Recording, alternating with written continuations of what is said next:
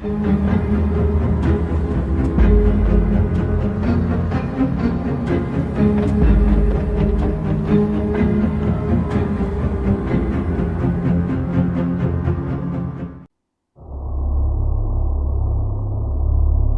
the last year or so, I've been waking up with a feeling that someone was in my room. We're instinctive creatures, so we feel things, and I could feel the residual energy. It would take a while for it to dissipate, and I would lay there staring at the ceiling, unsure, listening. Sometimes I would awaken with a start, sit bolt upright, my heart pounding out of my chest, terrified. Those times I was sure something was here, with me in my room. It was unsettling. A feeling that if I had woken up a second earlier, I would have caught whatever had been here in the act. I would get up and search the house to find nothing. Nothing at all. In the light of day, I put it down to a nightmare. I don't believe in the supernatural. My friends tell me it's because I lack imagination. So be it. I'm not prone to flights, I fancy, and I'm not ashamed to admit it. However, things have escalated somewhat in the sleep department. For the last month I've been experiencing sleep paralysis. When it first started, I actually didn't know what it was. I was conscious but couldn't move. I would scream but no sound. The more I screamed and struggled, the longer I would remain paralyzed. No matter how much I strained, I couldn't budge an inch. And all the while I was lucid. The acuity of my hearing and sight seemed to have increased exponentially. I could see my room clearly. I could see everything. I could hear the slightest sound. I'm sure anyone who's experienced sleep paralysis knows what I'm talking about. I looked it up online and there was a plethora of information on the subject. It was always a comfort to find commonality with others. Naturally, I wanted to know how I could break out of it. Some advised wiggling your fingers, controlling one's breathing, scrunching up your face, even coughing yourself awake. I doubted I would remember any of those tips. While paralyzed, some people even reported seeing things like shadow people, a shadowy man with a hat, demons, spiders, gigantic spiders, an old hag or hags, animated characters, and so on. That made me laugh. Still, they were intriguing accounts. I hadn't seen anything strange or frightening, no visual or audio hallucinations, just my messy bedroom. The science behind sleep paralysis certainly made sense to me, but I disregarded the visitations as being nothing more than hallucinations. I suppose it's easy to disregard out of hand things we personally have not experienced. Well, that all changed one night. It had been a rough and stressful day at work. I just wanted the day to be over, so I grabbed something quick to eat and went to bed early. I'd been drifting in and out of sleep. At some point it had begun to rain, and the intermittent sound of thunder must have woken me up on a couple of occasions. I lay there listening to the storm, and it would lull me and I would drift into a deeper sleep. Then I woke up and I couldn't move. I lay there conscious but completely paralyzed. I knew from experience and online accounts that the longer and harder I struggled, the more difficult it would be to break free. Armed with my newfound knowledge, I didn't bother struggling. I also knew that if I allowed myself to fall back asleep immediately, it would have me again.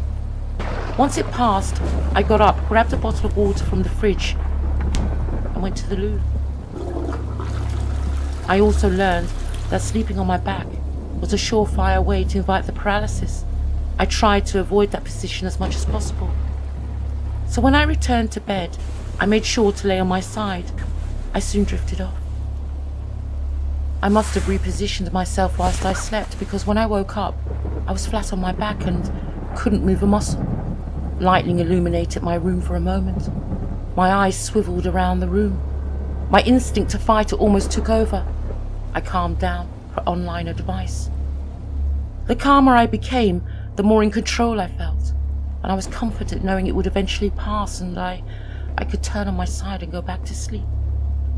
The paralysis did eventually subside, but instead of turning on my side like I'd promised myself, I lay there staring at the ceiling, listening to the rain and thunder, and within seconds, like an idiot, I allowed myself to drift off again, on my back. I struggled out of the free fall into sleep and managed to pull myself partially back to the waking world. I was lucid, but my body was immobilized.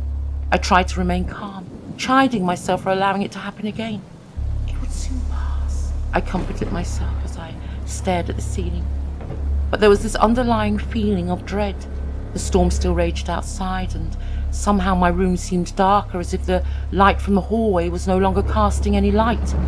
It was on, but just not permeating my room with its usual warm glow.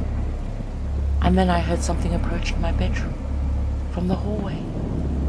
I strained my ears, trying to separate the sounds of the storm and what I was sure were footsteps. My eyes were fixated on the door. My heart began to pound. Mostly everyone reported seeing or hearing things during sleep paralysis. The footsteps suddenly stopped.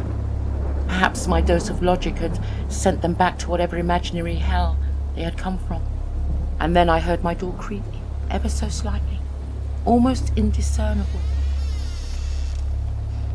But I'm sure I heard it. A lightning flash lit up my room. I watched for a moment or so. Sensing and hearing nothing further, my eyes slid back to the ceiling. The door creaked again.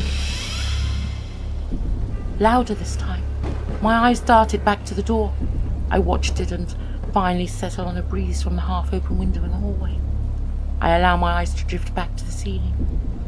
My room suddenly becomes darker as the hallway light is partially blotted out. Something was out there. Another creak. I couldn't look. Another. My eyes shift quickly towards the door. A lightning flash briefly illuminates the room, and I think I see long bony black fingers tentatively curl around the door, gently pushing it open.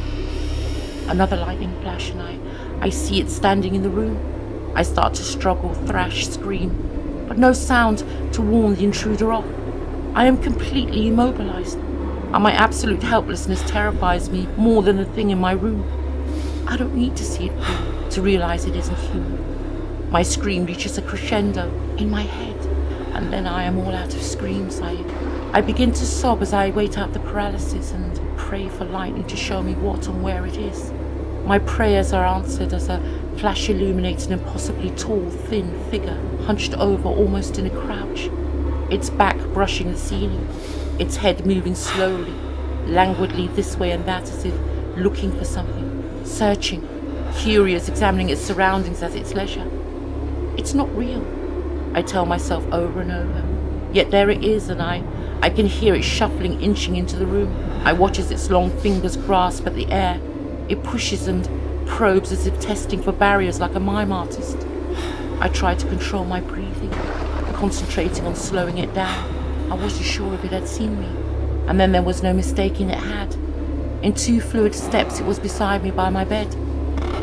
A flash of lightning, and I see a thin layer of black, leathery, almost mummified skin stretched across its skull-like head, and then it looks down at me.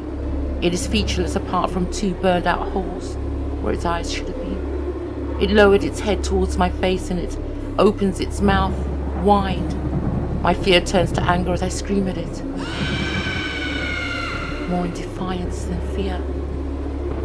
I can hear my scream, but I'm unsure if it's still confined within me, in my head. The creature draws closer, unperturbed, its mouth still stretching wider as if it would swallow me whole. I struggled to move, and then with an enormous effort and all the willpower and strength I can muster, my arm is free. I am in shock, a fleeting thought that this isn't supposed to happen, as my now free arm shoots up and out, grabbing the creature by its lower jaw, all the time telling myself, this is bullshit. And yet I can feel teeth under my fingers. The inside of its mouth feels like beef jerky, yet slightly moist to the touch. The detail to this imaginary creature is frighteningly real. I tightened my grip around its jaw, and it growled at me. And then I heard a choking sound of surprise. I yank and twist at its lower jaw with everything I have, my intention to smash its head against the wall.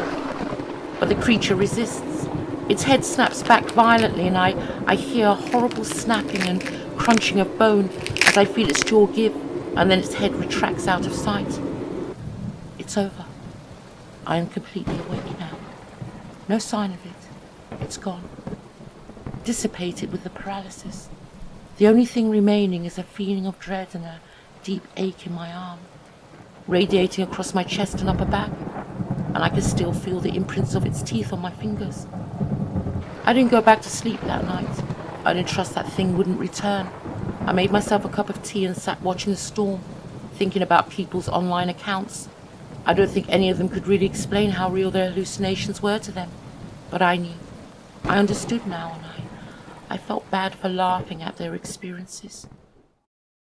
Over the next few days, I searched for online accounts of anyone that might have broken out of their paralysis to defend against the invading hallucination, visitation. I couldn't find anything. I looked for descriptions to fit my visitor, and the only thing close to it is a shadow person. I can't say it was exactly a shadow, but close enough. My arm, chest and back still hurt, continued to do so for days. I don't think we're supposed to be able to wrench ourselves out of a paralysis so violently anyway. After all, wasn't it supposed to prevent us from acting out our dreams? If that had been a real person I mistook for some nightmare, I could have done them a serious injury, even killed them. I didn't tell anyone about my experience. As the pain receded, I pretty much forgot about it. Never had another bout of sleep paralysis. The feeling of waking up with something in my room was gone. A few weeks later, I was tidying up my bedroom. I turned on the hoover and vacuumed under the bed. Something was blocking the suction. I pulled the hoover head out and stared at the blockage. I know it's cliché, but the hairs on the back of my neck really did stand up. I flung the tube away from me in horror and stood there staring at the obstruction. I turned the hoover off and gingerly approached the object stuck to the tube.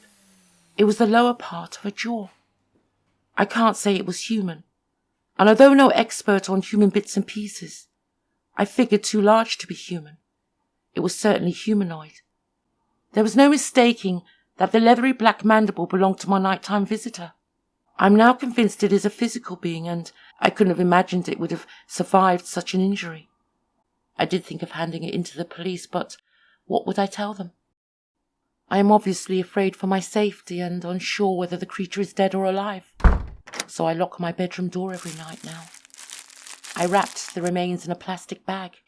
It's in my living room on my desk, just in case it survived, returns, and wants it back.